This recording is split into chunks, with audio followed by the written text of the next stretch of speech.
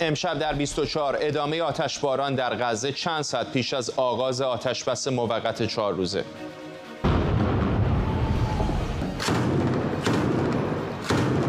صد و 50 اسیر فلسطینی با 50 گروگان در طول این 4 روز مبادله میشن.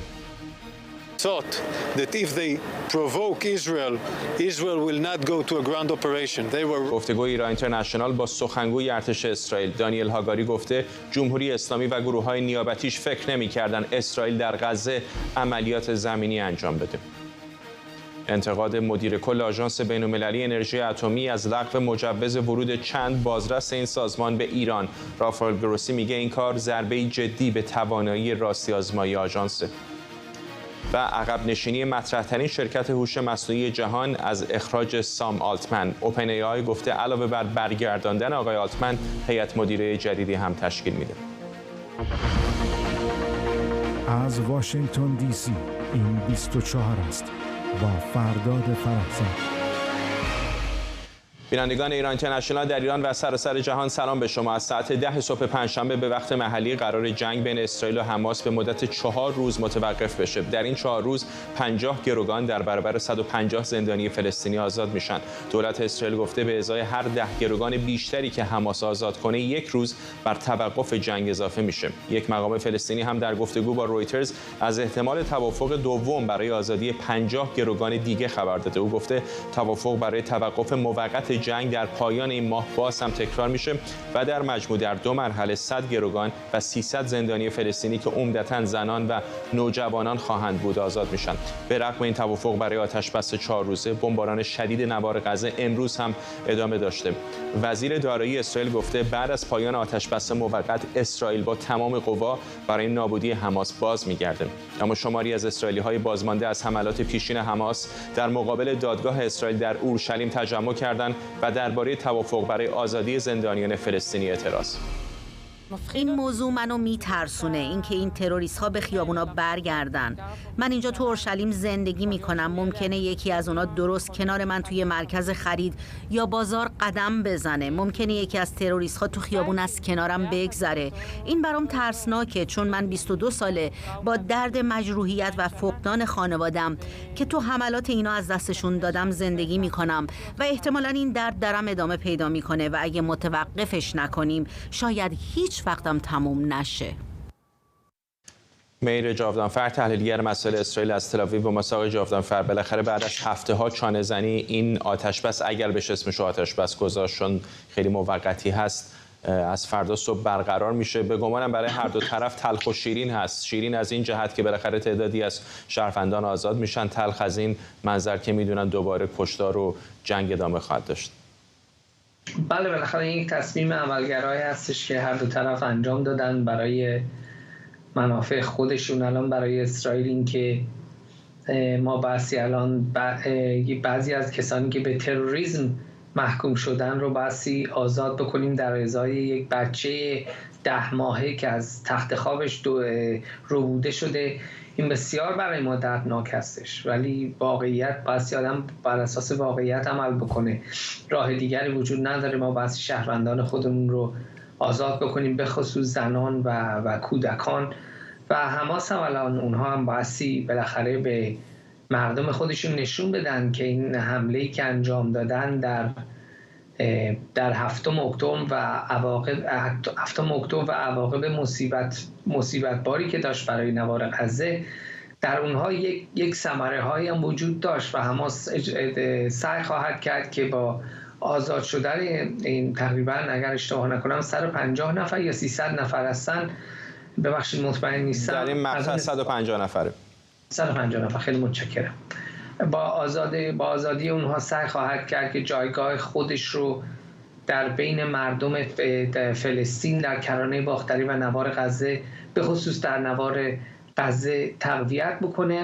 مطمئن نیستم که چقدر موفق خواهد شد، ولی الان حماس هم بایستی حد عملگرایی نشون بده و به احتمال زیاد این اولین دفعه نخواهد بود که ما تبادل زندانی خواهیم داشت. چقدر فکر میکنید نقش قطر پررنگ بوده در این توافق؟ نقش قطر بسیار پررنگ بوده، به خاطر اینکه رهبران حماس الان در قطر هستن، در هتل‌های مجلل اونجا زندگی میکنن، روابط عالی دارن با دولت قطر. در این حال دولت قطر روابط بسیار خوبی با دولت آمریکا داره و آمریکایی‌ها سعی کردن از حضور نظامیشون در قطر که یک احساس محافظت و دفاع برای رهبران قطر به وجود میاره، از اونها استفاده بکنن به عنوان یک اهرم برای اینکه فشار بیارن که روی حکومت قطر که همکاری بکنه.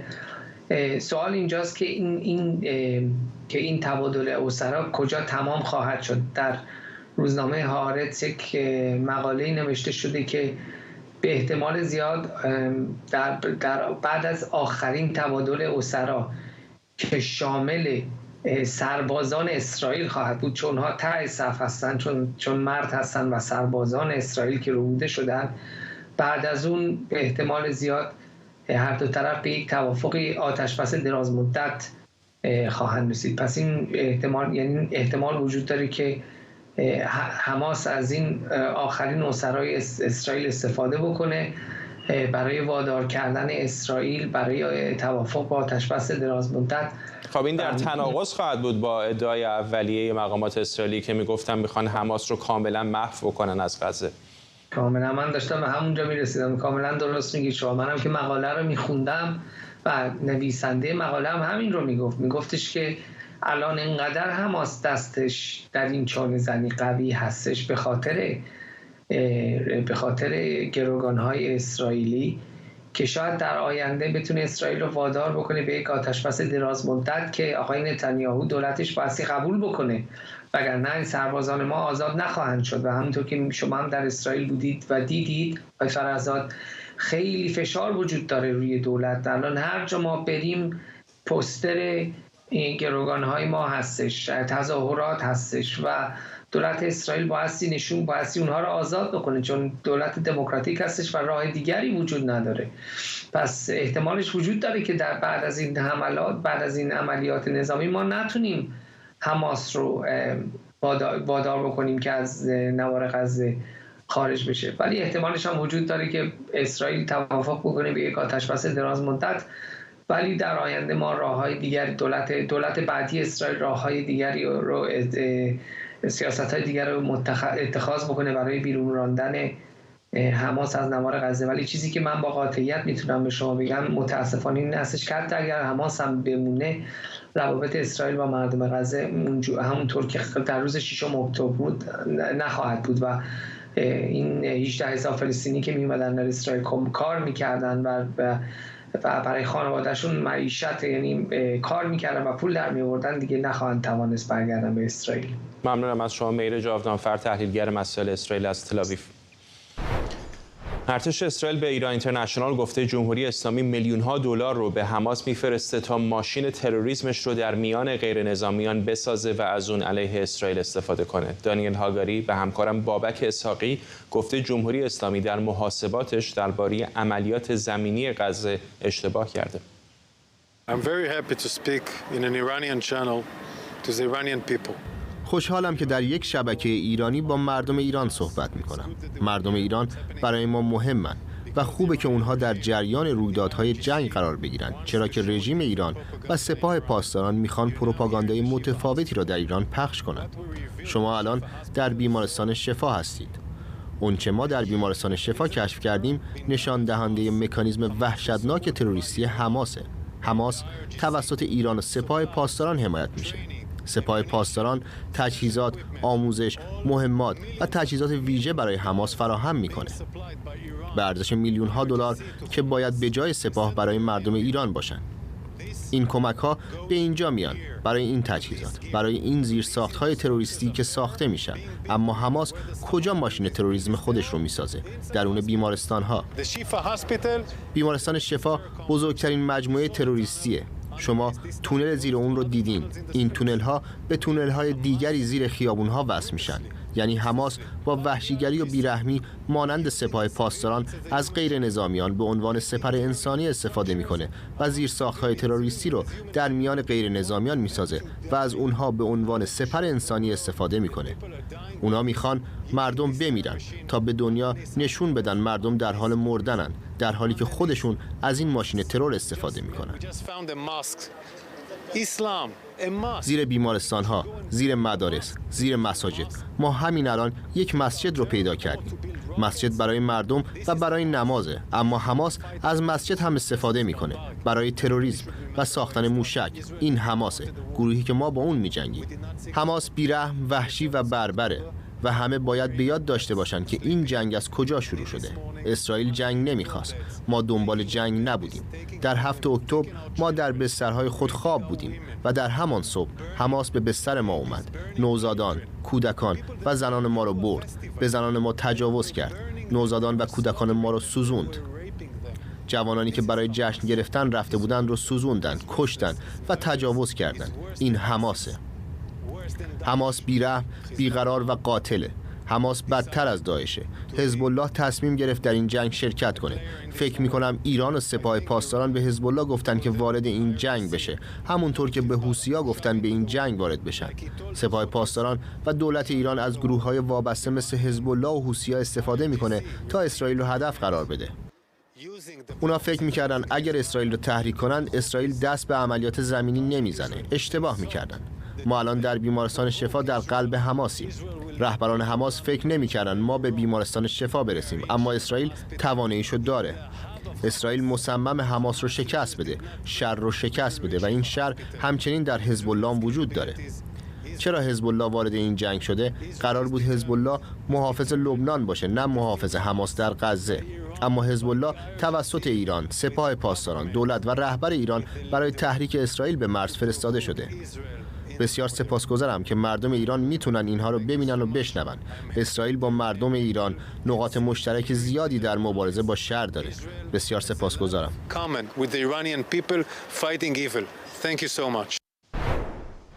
صبح چهارشنبه آمریکا 2 واحد از تأسیسات نظامی متعلق به کتایب حزب الله رو هدف حمله قرار داده. یکی از این مراکز در جنوب بغداد و یکی از مراکز کنترل و فرماندهی کتایب حزب الله بوده.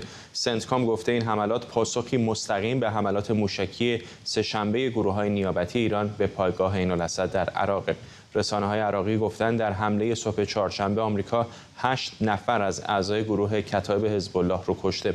دولت عراق این حملات رو محکوم کرده و گفته حملاتی که آمریکا بدون هماهنگی با مقامات عراقی در خاک این کشور انجام میده موجب تشدید خطرناک تنش‌ها میشه. CBS در گزارشی به نقل از پنتاگون مدعی شده که دلیل تشدید درگیری‌ها بین آمریکا و گروه‌های نیابتی ایران در عراق استفاده گروه کتایب از موشک‌های بالستیک کوتاه‌برد بوده. این شبکه آمریکایی گفته این اولین باره که نیروهای نیابتی از موشک بالستیک استفاده می‌کنند و هواپیماهای آمریکا بعد از رهگیری موشک به سوی خودروی پرتاب کننده موشک آتش گشودند. نیویورک تایمز هم گفته پنتاگون هفته پیش گزینه‌های تهاجمی‌تری رو برای حمله به نیروهای نیابتی ایران در عراق پیشنهاد کرده، اما جو بایدن برای جلوگیری از گسترش درگیری‌ها این گزینه‌ها رو رد کرده بود. آرش آرامش حقوقدان و کارشناس امنیت ملی از لس آنجلس و آرش علایی از ساختمان کنگره با ما هستند. با آرش علایی شروع بکنیم. چه بیشتر می‌دونید در مورد جزئیات این حمله به مواضع کتایب حزب الله در عراق؟ ببین، این دو گزارشی که اشاره کردید در 24 ساعت گذشته به نظر من توضیح میداد که چرا سطح درگیری ها بین امریکا و نیروهای نیابتی جمهوری اسلامی ناگهان در طول 24 ساعت گذشته اینقدر افزایش پیدا کرده است. ابتدا شب سه‌شنبه شبکه CBS در گزارشی که خبرنگارش از عراق تهیه کرده بود گفت با مقامات پنتاگون صحبت کرده است. اونها تایید کردند که اون خودروی کتایب حزب الله که تقریبا بیش از 24 ساعت گذشته توسط آمریکایی‌ها مورد هدف قرار گرفته بود، یک موشک بالستیک کوتاه‌برد پرتاب کرده است و بعد هم در جاده بوده است. یعنی این خودرو در حال حرکت در خود جاده بوده یا در کنار جاده مستقر شده، جاده‌ای که مردم عادی در روش رد می‌شوند. یعنی باز هم ما می‌بینیم این امضای تروریستی که دقیقاً حماس و گروه‌های دیگر تروریستی رو دارن که از مردم به عنوان سپر ثانیه استفاده کنن. اینجا کتایب حزب الله هم استفاده کرده است، نرفتن از مواضع خودشون شلیک کنن، اومدن از وسط یک بزرگراهی که مردم عادی هم درش رد میشن ولو اینکه 4 صبح بوده باشد. و امریکایی ها رهگیری کردن موشک بالستیک رو، میگویند بار اول هست که کتایب حزب الله یا هر گروه نیابتی دیگری جمهوری اسلامی از موشک بالستیک کوتاه برد استفاده کرده است. تا حالا ما دیده بودیم پهپاد استفاده میکنن، راکت، خمپاره، اینا نه اونقدر قدرت تخریب آنچنانی داره، نه تا حالا صدمه ای زده بود از لحاظ جانی به آمریکایی ها، قابل کنترل بود. ولی موشک بالستیک کوتاه برد کاملا مشخص است که یک لول شما دارید داستان رو میبرید بالاتر و درگیری ها رو دارید شدیدتر میکنید. شاید به همین دلیل هم باشه که بعد از اینکه این اتفاق افتاده است شما میبینید پنتاگون چندین و چند جنگ افزار مختلف رو وارد حمله کرده. نه تنها وارد حمله کرده، راجبش صحبت هم میکند. یعنی دیروز هم ما گفتیم این هواپیمای A330J گوست رایدری که آمریکا استفاده کرده برای کوبیدن مواضع کتایب حزب الله، ترانسپاندرش رو روشن کرده برای برج‌های مراقبت غیر نظامی، که یعنی همه ببینید این هواپیمای AC-130 ما بالای رمادی و ابو غریب.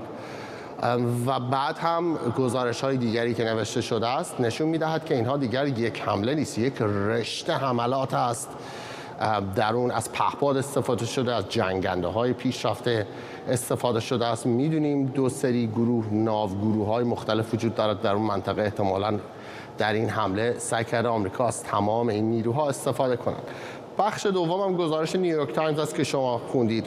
پاراگراف آخری است که امروز نوشته است، میگوید هفته پیش پنتاگون در تلافی به اقدامات گروه‌های نیابتی جمهوری اسلامی لیستی از گزینه‌های بسیار تهاجمی‌تر رو به پرزیدنت بایدن پیشنهاد کرده است و ایشون رد کرده است. این گزینه‌ها رو گفته است اینا خیلی تهاجمی است. این رو هم اشاره بکنم، دیروز در جلسه پرسش و پاسخ پنتاگون از آقای سرلشکر پت رایدر یکی از خبرنگاران سوال کرد، گفت بعضی از سناتورها مثل سناتور لینزی گرام خواهان بردن جنگ به داخل خاک ایران هستند. آیا پنتاگون حاضر است این کار رو انجام بده؟ و آقای پت رایدر گفت پنتاگون هر جایی ضربه میزنه به ایران که زهردارتر باشه. به نوعی از زیر پاسخ مستقیم در رفت، ولی در این حال هم نگفت نه پنتاگون حاضر نیست در داخل خاک ایران عملیات انجام بدهد. باید ببینیم آیا در طول چند ساعت آینده، در طول چند روز آینده این سطحی که از جنگ افزارهای جدید به خصوص موشک بالستیک استفاده شده است کاهش پیدا می‌کند. اگه این اتفاق بیفتد احتمالاً آمریکایی‌ها هم آرام خواهند شد.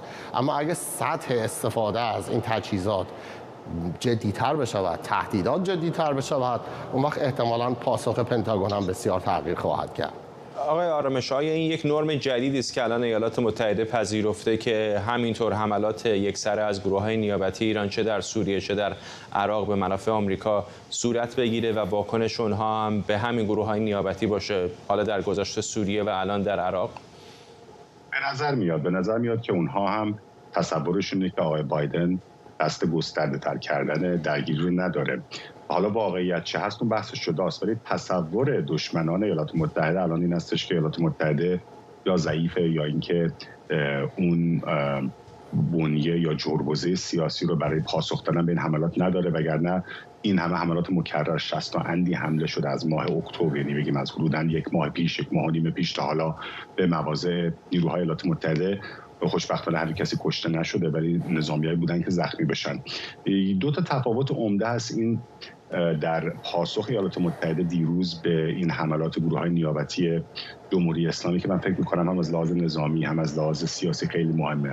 نکته اول منطقه جغرافیاییشه. اینا دیگه در سوریه نبوده، در خاک عراق متحد ایالات متحده است، لااقل به صورت اسمی متحد ایالات متحده است و باز در خاک عراق بوده و کتایب هم یکی از گروه‌های بسیار نزدیک به جمهوری اسلامی حساب میاد. ولی دوم، برخلاف بسیاری از حملات دیگری که ایالات متحده بعد از اینکه بهش حمله میشد میامد به هواپیمای F-15 یا F-16 از قبل برنامه‌ریزی شده میرفت به یکی از منابع مهمات یا انبار مهمات رو میزد، این دفعه عملاً گشتن AC-130 چه حالا گوست رایدر چه سپوکی، ولی اونایی که توی میدان هستن همیشه اون اسم قدیمیش اسپکتر حسابش صداش میکنن. این هواپیمای AC-130 دو تا ویژگی خیلی خاص داره. اونایی که توی جنگ پیاده میدونن که دو تا هواپیمای پوشش پیاده خیلی مهم داره، هم نیروی که مال نیروی هوایی است، نیروی زمینی و نیروی هوایی. یکیش هواپیمای A-10 که میگن یا وورت هاگ یا تاندربولت که دو تا موتور جت داره، یه دونه توپ 30 میلیمتری داره و موشک‌های دیگه رو بالش هست. ولی هواپیمایی و یه خلبان داره. هواپیمای AC-130 عملاً هواپیمایی است با 13 خدمه، 5 افسر داره و 8 خدمه غیر افسر. یک مسلسل 20 میلیمتری گتلینگ داره که هر دقیقه میتونه 1800 فشنگ گوله از خودش شلیک بکنه. یه توپ 40 میلیمتری داره و یه توپ 105 میلیمتری هاویتزر. شما موقعی که تو این هواپیما هستید، هواپیمای AC-130 سپوکی یا گوست رایدر یا بگیم همون اسم اصلیش اسپکتر که هستید، گوله‌ها که شلیک میشن به خصوص از این توپ 105 میلیمتری خود هواپیما میلرزه. میگم قدرت توپخانه‌ای که داره. دوم، از فاصله 2 کیلومتری میتونه با دو تا از تسلیحات مختلفش دو تا هدف کاملا متفاوت رو هدفگیری بکنه و بزنه. سوم، میدونن که این پرواز نزدیک به زمین میکنه، یعنی شما میتونید در آسمان اینها رو ببینید و خلاف اختلاف بزرگی هم که داره مثلا با هواپیمای A-10 تاندربولت اینه که A-10 به صورت مستقیم میاد، نوکش پایینه و میزنه و میره.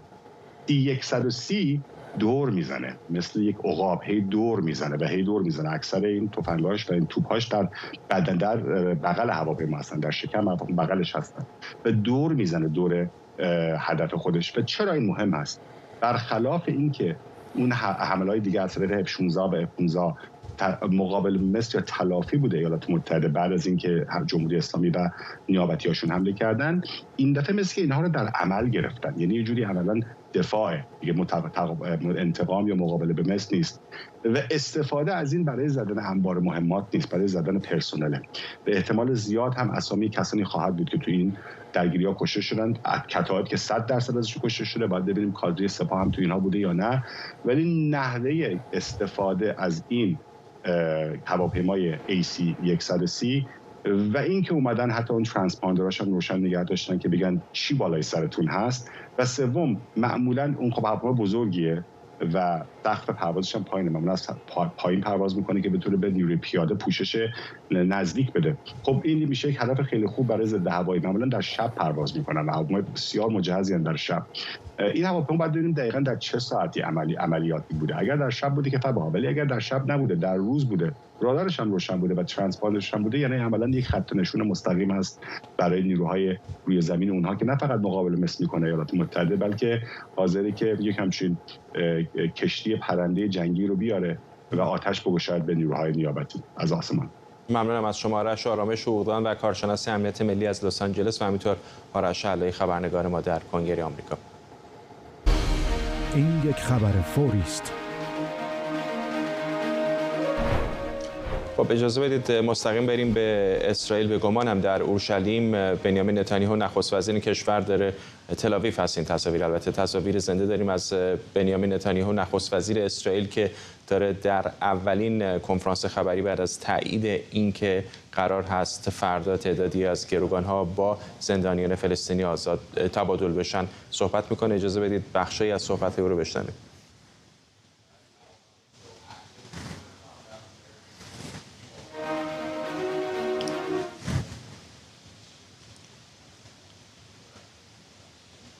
וכשאני אומר כולם, אני מתכוון לכולם. כולל אורון והדר, אברה וישם. הגדרנו את מטרות המלחמה בצורה מפורשת. לחסל את החמאס. ابریز صحبت میکنه. امید داشتم انگلیسی باشه، شاید بتونم خلاصه از آنچه که اون میگه رو براتون ترجمه بکنم. حتما در دقایق پیش رو محتویات مهم حرفای او رو به اطلاع شما خواهیم رساند. اما بالاخره این توافقی است که بعد از هفته‌ها چانه‌زنی و فشارهای جامعه جهانی به خصوص ایالات متحده صورت گرفته تا نزدیک به 150 زندانی فلسطینی در مقابل 50 گروگان در دست حماس آزاد بشن. قرار هستش که فردا صبح به مدت 4 روز این آتشبس موقت شکل بگیره. اسرائیلی‌ها وعده دادن اگر گروگان‌های بیشتری آزاد بشن شاید این آتشبس موقت رو تمدید هم بکنن. نخست وزیر اسرائیل رو می‌بینید بنیامین نتانیاهو در کنفرانس خبریش در تل آویو. ساعتی پیش انفجاری در یک خودرو در سمت آمریکایی پل رنگین کمان آبشار نیاگارا در منطقه مرزی آمریکا و کانادا گزارش شده. علت انفجار هنوز مشخص نیست، اما باعث بسته شدن مرز شده. پل رنگین کمان آمریکا و کانادا این منطقه رو در تنگه رودخانه نیاگارا به هم متصل میکنه. کتی هوکل فرماندار نیویورک گفته فعالانه با FBI درباره این انفجار تحقیق میکنه. مریم رحمتی خبرنگار ما از نیویورک با ماست. مریم چه جزئیات بیشتری میدیم؟ فرداد، همونطور که اشاره کردی این انفجار در سمت آمریکای پل رنگین کمان در نیاگارا یا پل آبشار نیاگارا رخ داده. چنانچه که گزارش ها حاکیت این انفجار توسط یک ماشین یا یک خودرو انجام شده. یک ماشین به ایست بازرسی دوم در نقطه مرزی بین آمریکا و کانادا برخورد میکنه. گفته شده که این ماشین حامل 2 سرنشین بوده. در حال حاضر کتی هوکل فرماندار نیویورک در حال سفر به بافالو هستش، جایی که این انفجار صورت گرفته. نگرانی ها زیاد هستند در مورد این انفجار. گفته شده که 2 نفر کشته شدن. هنوز معلوم نیست که این 2 نفر سرنشینان این خودرو بودن یا نه، ولی گفته شده بعد از اینکه این خودرو به ایست بازرسی دوم اصابت میکنه کاملا متلاشی میشه. هنوز نمیتونیم بگیم که این یک حمله تروریستی بوده یا خیر، ولی کارشناسان آمریکایی در شبکه‌های آمریکایی میگن که این حمله میتونه مشخصات یک حمله تروریستی رو داشته باشه. دقایقی قبل مقامات آمریکایی کانادایی سخنرانی داشتن و گفتن که با مقامات امنیتی آمریکایی از نزدیک در حال کار هستن تا بتونن جزئیات بیشتری در مورد این حمله به دست بیارن.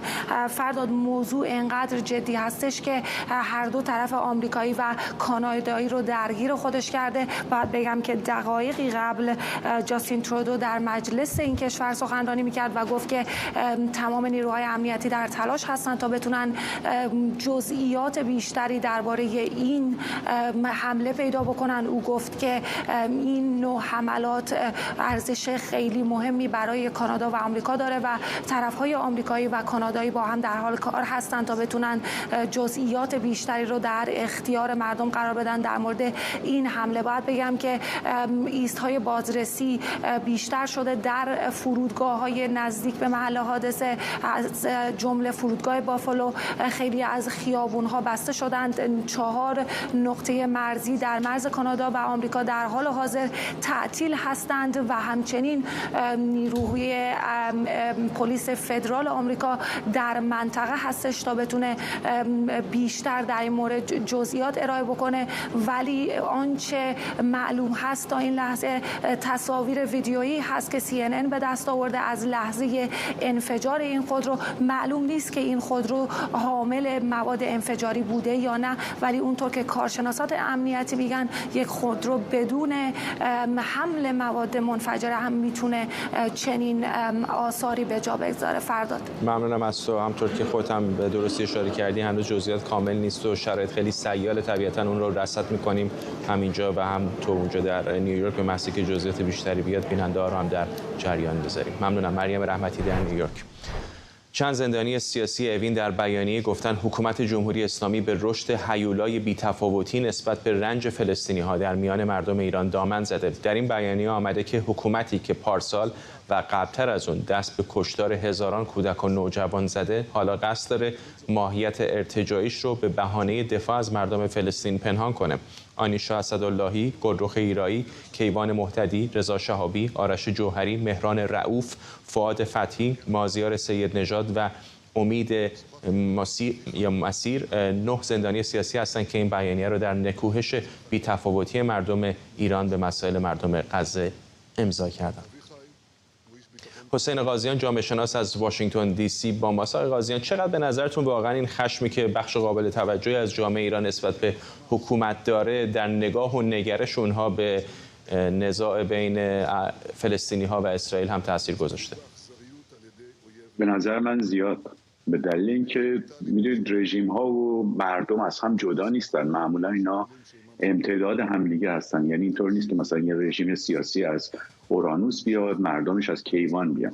اینا رو همدیگه تاثیر میذارن و از همدیگه رنگ میپذیرن. در نظام‌هایی که طولانی مدت حکومت میکنن بخشی از فرهنگ رو نمایندگی میکنن و میخوان بخشی از فرهنگ رو بر کل فرهنگ مستولی بکنن و میخوان قلمروهای متفاوتی از زندگی رو به ویژه زندگی روزمره رو کنترل کنن، این رنگ پذیری مردم از رژیم‌ها بیشتر میشه. این مشخصاتی است که اتفاقا رژیم جمهوری اسلامی هم داره. بنابراین باید انتظار داشت که مخالفانش هم ازش رنگ بپذیرن و این رنگ پذیری رو در دو منطقه مشخص میشه تشخیص داد که عبارت باشه یکی از نوع عواطف و احساساتی که برمیانگیزه و دیگری در منطق مخالفت. مثلا در همین موردی که شما پرسیدید، وقتی میبینیم که این رژیم بیرحمی و جنایتکاری تولید میکنه، عملا در مخالفانش هم نوعی بیرحمی رو تجویز میکنه، در اونها میغلطونه و اونها رو به رنگ این بیرحمی در میاره و بیرحمی در جامعه گسترش پیدا میکنه.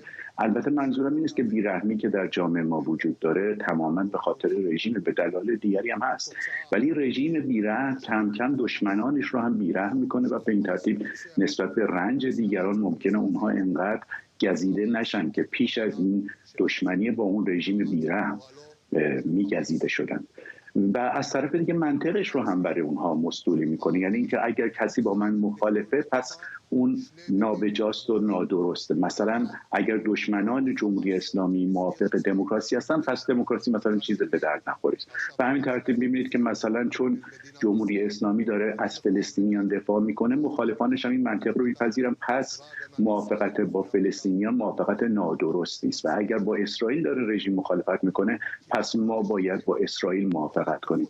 این منطق رو پذیرفتن بدون اینکه به محتواش وارد بشیم در نتیجه نشون میده که رژیم‌ها هم در منطق و هم در نوع عواطف که تولید میکنن میتونن حتی روی مخالفینشون تاثیر بذارن، کم یا زیاد، دقیق یا غلیظ، بسته به اون عاملی است که ازش حرف زدیم. البته طبیعتا نمیشه همه جامعه رو در یک دسته گذاشت. همین الان هم میبینیم کسانی هستن که مخالف جمهوری اسلامی هستن و با اسرائیل هم مخالفت میکنن به خاطر رویکردش در نوار غزه، ولی در عین حال بالاخره جلب توجه میکنه. اینطور نیست در خاورمیانه من کشور دیگری به ذهنم نمیرسه که رویکردی این چنینی داشته باشند، بخشی دست کم از جامعهش در مقابل نزاعی که الان در خاورمیانه در جریانه. مثلا در کشورهای عربی، در پاکستان، حتی در ترکیه شما همچین رویکردی رو نمیبینید. بله، در ادامه نکته‌ای که گفتید اشاره بکنم که ما داریم به مسئله اشاره میکنیم، بنابراین اون مردم یا مخالفانی که مشمول این مشکل نمیشن که از موضوع بحث ما طبیعتا خارجن. ما داریم به مردمی و مخالفانی اشاره میکنیم که تحت تاثیر این منطق و تحت تاثیر اون عواطف رنگ پذیرفتن از رژیمی که دارن باش دشمنی میکنن. پس مسئله اونجاست. اما در مورد اون نکته هم با شما موافق هستم. شاید در هیچ کدام از رژیم‌های منطقه این فاصله و شکافی که میان حکومت و مردم وجود داره قابل مشاهده نیست. بنابراین میشه انتظار داشت وقتی رژیمی از یک چیزی دفاع میکنه به خاطر اون شکاف و فاصله و تضادی که وجود داره مردم علیه اون چیز موضع بگیرن و برعکس اگر با چیزی موافقت میکنه مخالف اون موافقت رژیم باشن. در مورد ایران این موضوع در مورد رابطه یا قضیه فلسطین و اسرائیل کاملا صادقه و به همین دلیل هم میبینیم که هیچ نوع تجمع یا درخواست مردمی گسترده مثل اون چیزی که در کشورهای دیگر جهان و در منطقه رخ داده مشاهده نمیشه. ممنونم از شما. حسین قاضیان، جامعه شناس از واشنگتن دی سی. رافائل گروسی، مدیر کل آژانس بین‌المللی انرژی اتمی، لغو مجوز ورود چند بازرس این سازمان رو برای ورود به ایران ضربه بسیار جدی به کار سازمان خونده. گروسی همینطور گفته جمهوری اسلامی میزان ذخایر اورانیوم غنی شدهش رو در همه سطوح افزایش داده و همینطور با همون سرعتی که در گزارش قبلیش اومده به غنیسازی 60% اورانیوم ادامه میده. همکارم احمد صمدی در نشست خبری آقای گروسی ازش درباره گزارش دهیش در شورای حکام آژانس پرسیده که با هم می‌بینیم. سلام آقای گروسی. به نظر میاد گزارش اخیرتان در مقایسه با گزارش قبل به شورای حکام کوتاه‌تر شده. به عنوان مثال شما حرفی از میزان اورانیوم غنی شده در تأسیسات تولید صفحات سوخت در اصفهان نزدید یا گزارشی از دستگاه‌های سنجش برخط در نطنز و فوردو به روز رسانی نشده. آیا این پیامی به شورای حکام بوده تا تصمیم مناسب اتخاذ کنه؟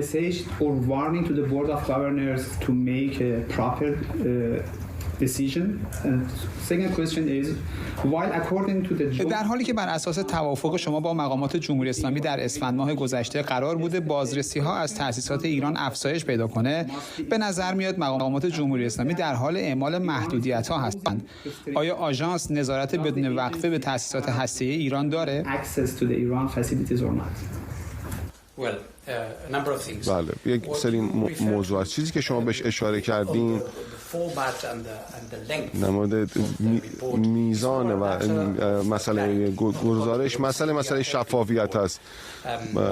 ما متوجه شدیم که بعضی از گزارش ها یه مقدار گیج کننده بوده برای شورای حکام و خب و اطلاعات زیادی بوده. خب اطلاعاتی که مهم بوده شفاف نبوده به اون میزانی که ما می‌خواستیم برای اینکه منعکس کننده اون جنبه‌های مهمی که ما می‌خواستیم گزارش بدیم در موردش. فقط این فرمتش عوض شده، ولی خب مسئله محدودیتی وجود نداره به میزان اطلاعاتی که ما داریم ارائه می‌کنیم. چیزی که شما داریم می‌گیم به عنوان مثال در مورد میزان مواد در تأسیسات مختلف، این چیزی است که ما به خاطر اینکه این مسئله جابجا شدن میزان خیلی کمی از مواد هست در میان این تأسیسات مختلف که خب به طور کلی اینها در گزارش بهش پرداخته شده، ولی خب در مورد و همینطور با گفتگو با بعضی از کشورها ما سوالهای بسیاری داریم که خب بعد نتیجه رسیدیم که این مقدار گیج کننده است و فکر می‌کنم مسئله کوچکی هست. و سوال دوم شما، محدودیت‌هایی البته وجود داره به نوعی که ایران دیگه اجرا نمی‌کنه بسیاری از جنبه‌ها و الزامات و تعهدات اتمی خودش رو در قالب برجام و اجرا نمی‌کنه اونها رو، و همونطور اون اقداماتی که در بیانیه 4 مارس بهش توافق شده اونها رو وقتش رو انجام نمیده. ولی وقتی که مسئله این توافقنامه‌های جامع پادمان میرسیم اونها کاملا انجام میشه و اجرا میشه. علیرضا نامور حقیقی، تحلیلگر سیاسی از تورنتو با ما. آقای نامور حقیقی، از حرفای رئیس آژانس بین‌المللی انرژی اتمی به نظر میاد که عملاً در یک گره کور افتاده آژانس و ایران، اینطور نیست؟ بله، با سلام خدمت شما بینندگان محترم. بله، ببینید از یه طرف به نظر میرسید که اگه مقایسه کنید با مصاحبه‌های قبلی لحن نگران کننده‌ای نداشتن. یعنی خود آقای صمدی هم اشاره کردن، یعنی درسته که غنی‌سازی افزایش پیدا کرده، ولی به نظر من بازرسی‌هایی که داشته به نظر میرسه که خودش معتقده که میتونه کنترل کنه. حالا ممکنه نگه، ولی لحنش در مقایسه با مصاحبه‌های مطبوعاتی کمتر تند. دوم اینه که همون چیزی که شما گفتید الان قفل شده به این علت که اروپایی‌ها ایران رو متهم میکنن که به تعهداتش در برجام عمل نمیکنه، غنی‌سازی رو برده بالا، از سانتریفیوژهای پیشرفته داره استفاده میکنه، اختلالاتی در امر ورود بازرسا ایجاد کرده که ایران میگه حق طبیعی ماست و میتونیم هر بازرس خواستیم بیاریم یا نیاریم. و از همه مهمتر این است که برخی از امور که ممنوعیت داشته و لحاظ آمریکایی‌ها و اروپایی‌ها اصلا برجام برای اون درست شده بود که ایران به اون سمت نره که ماتریال تست بمب فراهم نشه، اینا رو داره ایران انجام میده. حالا ایران هم میگه خب شما تعهداتتون عمل نکردی، آمریکا که خارج شده، تحریم هم اعمال کرده، اروپایی هم حاضر نشده که در حوزه اقتصادی ما همکاری کنه. بنابراین این قفل شدگی که وجود داره و این دو تا راه حل بیشتر نداره. راه حلش اینه که یا اروپایی‌ها مکانیزم ماشه رو که تا 2025 وقت دارن فعال کنن، ایران برن تحریم‌های سازمان ملل، بعد ایران حالا یا باید مذاکره جدید بشه، NPT بیاد بیرون، حالا یه چیز جدیدی، یا اینی که دوباره به هم بشینن یک مذاکرات جدیدی کنن که طبق برجام هم همچین فضایی هست و با یک توافق جدیدتری برسن که وقت همه برگردن به تعهداتشون. ایران در مورد مسائل هسته‌ایش برگرده و اونها هم بخشی از تحریم‌های اقتصادی برگردن. ولی با توجه به فضای سیاسی واشنگتن و اضافه شدن پرونده مسائل درگیری حماس و اسرائیل، فعلا من بعید میدونم که بتونن در این زمینه توافق بکنن، چون در ماه مارس ایران یه توافق ضمنی با آمریکایی‌ها برای مدیریت تنش کرده بود. همه اینها عملاً فعلا رفته به سمت حاشیه و خب وضعیت بسیار خطرناکی است و هر لحظه میتونه وضعیت شکننده بشه و تغییر اوضاع بده. ممنونم از شما علیرضا نامور حقیقی، تحلیلگر سیاسی از تورنتو. نشست 2 روزه مجازی گروه 20 به ریاست هند شروع شده. ولادیمیر پوتین رئیس جمهوری روسیه با اشاره به اینکه روسیه هیچ وقت از شرکت در مذاکرات صلح با اوکراین خودداری نکرده، گفته لازمه درباره چگونگی متوقف کردن تراژدی جنگ به گفته او در اوکراین هم فکری کرد. پوتین که برای اولین بار از زمان آغاز جنگ اوکراین با رهبران گروه 20 صحبت می‌کرد، گفته گرچه بعضی از درگیری روسیه با اوکراین شوکه شدن، اما اقدامات نظامی همیشه یک تراژدیه. بعضی از حاضران در سخنرانیاشون گفتن که از درگیری روسیه و اوکراین شوکه شدن. البته اقدامات نظامی همیشه یه تراژدیه، یه تراژدی برای مردمی مشخص، خانواده‌های معین و یک کشور به عنوان یک کل. باید به این فکر کنیم که چطور این تراژدی رو متوقف کنیم. روسیه هرگز مذاکرات صلح با اوکراین رو رد نکرده. این روسیه نبود، بلکه اوکراین بود که علنا اعلام کرد از روند مذاکرات خارج میشه. علاوه بر این، فرمانی از سوی رئیس جمهور اوکراین امضا شده بود که انجام چنین مذاکراتی با روسیه رو ممنوع میکرد. من درک میکنم که این جنگ با مرگ مردم چیزی جز شوک نیست. اما آیا کودتای خونین 2014 در اوکراین و بعد جنگ رژیم کیف علیه مردم خودش در دونباس به همون اندازه تکون دهنده نیست؟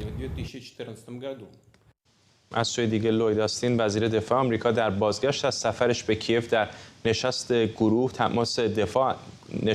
تماس دفاع از اوکراین گفته که پوتین حالا تنها مانده و این در حالیه که غرب همچنان متحده. اتحاد ما پیام روشنی به پوتین می‌دهد که او نمی‌تواند از ما پیشی بگیرد یا در رقابت اراده‌ها پیروز شود. پوتین با تداوم جنگ بیهوده و ویرانگرش در اوکراین مجبور شده به دامن ایران و کره شمالی دست ببرد. دوستان، ما امروز یک دستورکار بزرگ داریم و من همچنان از عزم شما الهام می‌گیرم.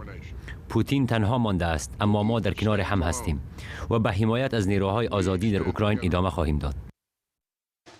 شاهین سمیعی، کارشناس امنیت ملی، اینجا در استودیو با ماست. آقای سمیعی، نمیدونم شاید من اشتباه متوجه شدم، ولی برداشتم از حرفای ولادیمیر پوتین این بود که یک نرمشی داره نشون میده درباره اینکه شاید حاضر باشه مذاکره کنه با طرف اوکراینی. با درود به شما و مردم عزیز ایران، کاملا این گونه است. آقای پوتین یک ژست صلحجویانه داره میگیره و این برای اولین باره که بعد از این تخاصم یا این جنگ ایشون از عبارت جنگ استفاده کرده در این زمینه.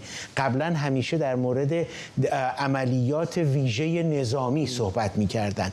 ممکنه در کلیت زیاد تغییری نکرده باشه، ولی همین که ایشون این عبارت رو به کار برده، یعنی واقعا فهمیده یا حداقل میخواد این سیگنال رو به دولت‌های غربی بده که منم دیگه به سطوح اومدم و دنبال یک راه خروجی هست، دنبال یک خروجی میگرده که بتونه با حفظ ظاهر و اینکه به مردم روسیه اعلام بکنه که یک دلیل قانع کننده ای برای این حمله وجود داشته یا یک دستاوردی وجود داشته، بتونه این مخاطبه رو خاتمه پیدا بده. گمانم گره کار همون دستاورده. چه خواهد بشون؟ همین الان آقای زلنسکی میگه ما کریمه رو می‌خوایم پس بگیریم، چه برسه به نقاط شرقی اوکراین. دقیقاً، یعنی ببینید آقای زلنسکی در حال حاضر دست برتر رو داره. آقای پوتین روی این واقعاً حساب نمی‌کرد که کشورهای ناتو به رهبری ایالات متحده این گونه از زلنسکی حمایت بکنن و از مردم اوکراین حمایت بکنن و فکر میکرد کار رو در ظرف 15-20 روز تمام میکنه و کل مملکت اوکراین رو هم زیر نفوذ خودش میاره. الان بر این باور هست که نیازی به یک راهکار سیاسی داره، اون هم با فشار آوردن به کشورهای منطقه و کشورهای ناتو. میخواد به اینها بگه که یک راه حلی شما پیشنهاد بدید. بدید. به فرض بگیم ما یک رأیگیری دیگری در منطقه کریمه انجام میدیم که ببینیم اونجا را هم مردم میخوان به روسیه بپیوندند یا نه. ولی در حال حاضر فشار سیاسی که مردم داخل روسیه دارن وارد میکنن و مشکلات اقتصادی که مردم الان با اون دست و پنجه نرم میکنن به آقای پوتین هم داره این نشانه رو میده که باید یک راه حلی پیدا بکنه. به یک دلیل عمده دیگر همون این هست که اونچه که کره شمالی بهش وعده داده بود عملیاتی نشده و اون کمک هایی هم که جمهوری اسلامی میتونست بکنه اونها تقلیل پیدا کرده، چون جمهوری اسلامی حالا ولو آقای خامنه ای هم میگه نه، ولی در حماس، بین جنگ حماس و اسرائیل هم درگیر هست و نمیتونن به روسیه کمک بکنن. پوتین دنبال یک راه فراره، ولی در حال حاضر نه کشورهای ناتو نه اوکراین علاقمندی به ارائه یک راه فرار دارن. ممنونم از شما. شاهین سمیعی، کارشناس امنیت ملی اینجا در استودیو. سخنگوی دولت روسیه میگه درباره گزارش‌های کاخ سفید در مورد اینکه تهران ممکنه بخواد به مسکو موشک بالستیک برای استفاده در اوکراین بفرسته اظهار نظر نمیکنه. دیروز جان کربی سخنگوی کاخ سفید روسیه رو با اشاره به اینکه ایران قصد داره گفته پیشنهاد مسکو به تهران در ازای موشک بالستیک همکاری بی‌سابقه دفاعی از جمله در زمینه سامانه‌های دفاع هوایی. آقای کربی همطور گفت ایران در تلاش میلیاردها دلار تجهیزات نظامی از روسیه خریداری کنه. این پاسخ دیمیتری پسکوف سخنگوی کرملین. فکر نمی کنم باید در این باره نظر بدم. روابط ما با ایران در حال توسعه است، از جمله در زمینه همکاری نظامی فنی، اما ما در مورد این اطلاعات نظر نمیدیم. حسین آریان، تحلیلگر امور نظامی و راهبردی از نیوکاسل با ماست. آقای آریان، فکر می‌کنید در زمینه موشکی هم ایران میتونه همون قدر که در زمینه پهپادی به فدراسیون روسیه کمک کرد در جنگ اوکراین نقش بازی کنه؟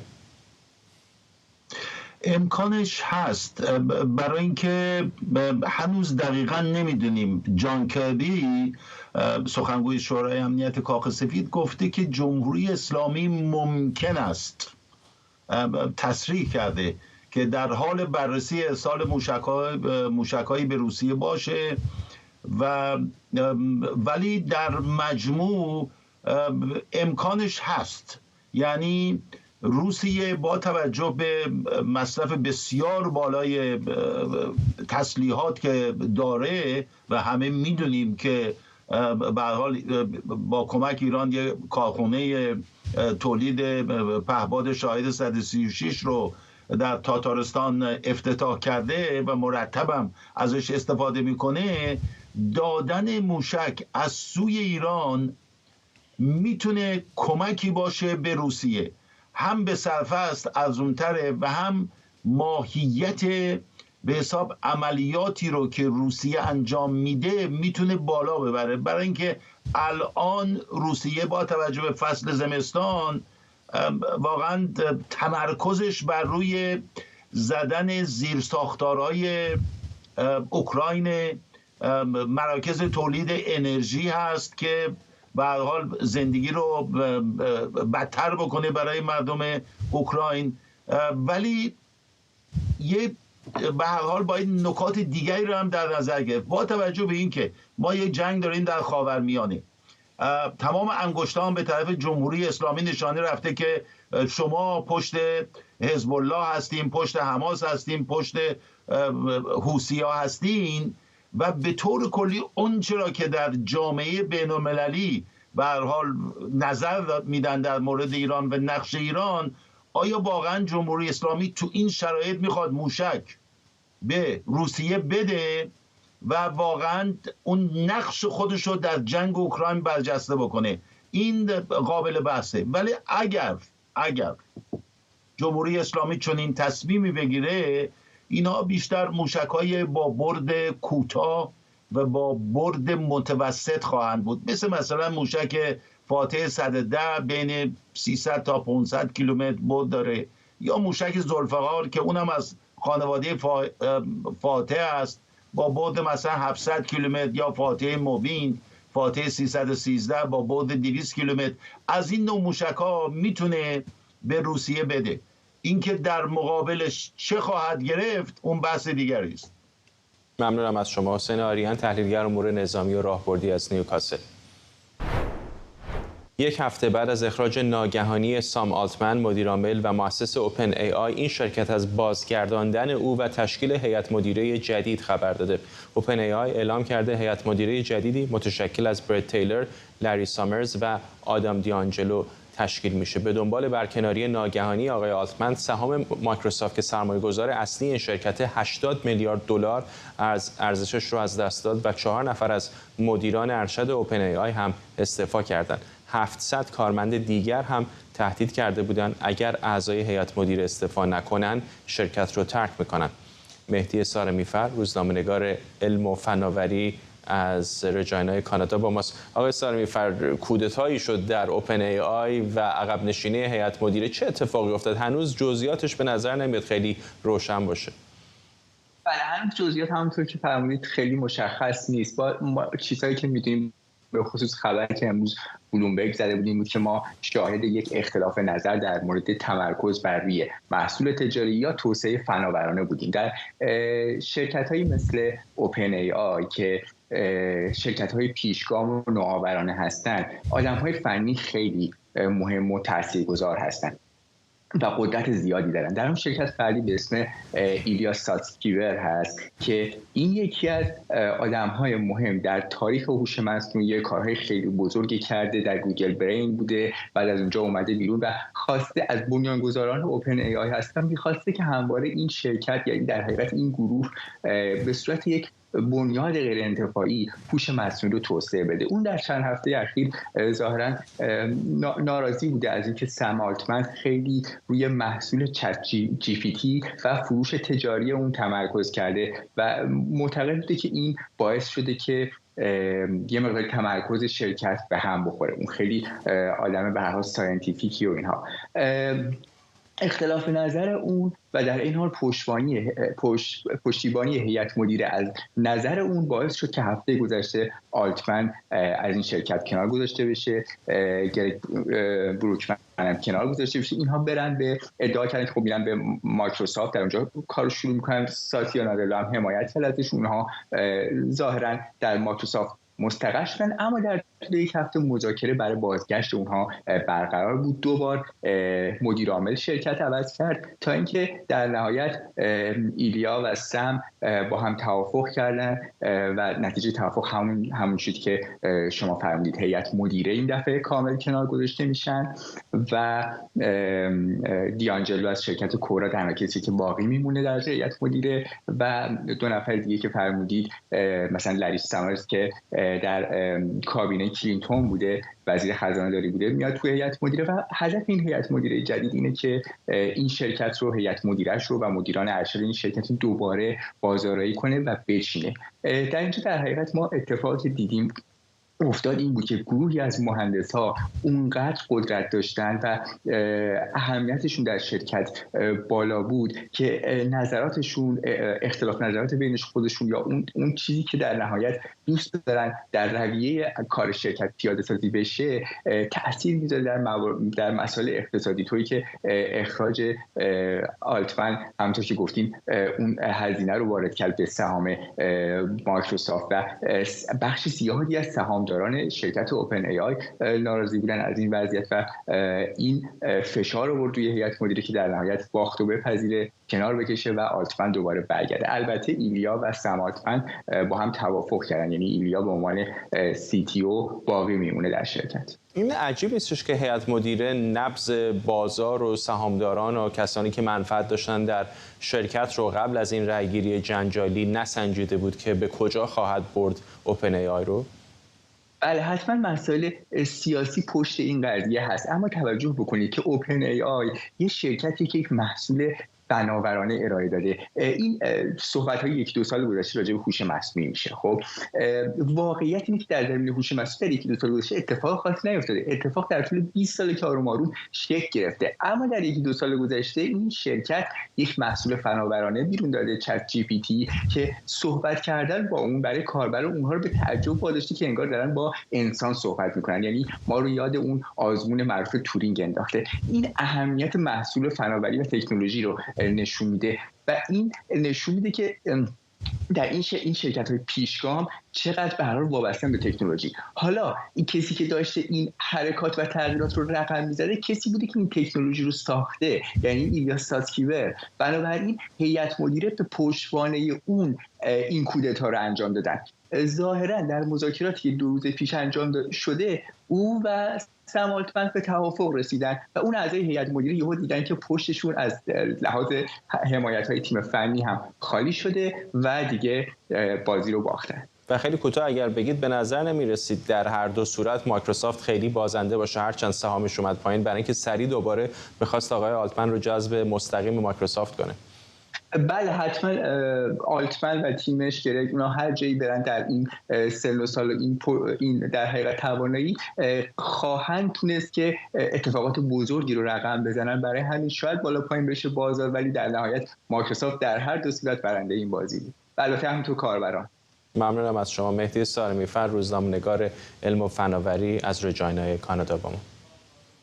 و ممنونم از شما که ما رو در این بخش از برنامه 24 همراهی کردید. اشاره بکنم که در بخش بعدی برنامه 24 مفصل‌تر به موضوع تحولات اخیر در شرکت اوپن ای آی و همینطور سرنوشت هوش مصنوعی که هر روز رو به پیشرفت صحبت خواهیم کرد. ممنونم از شما. برنامه رو با تصاویری زنده از کاخ سفید به پایان میبریم.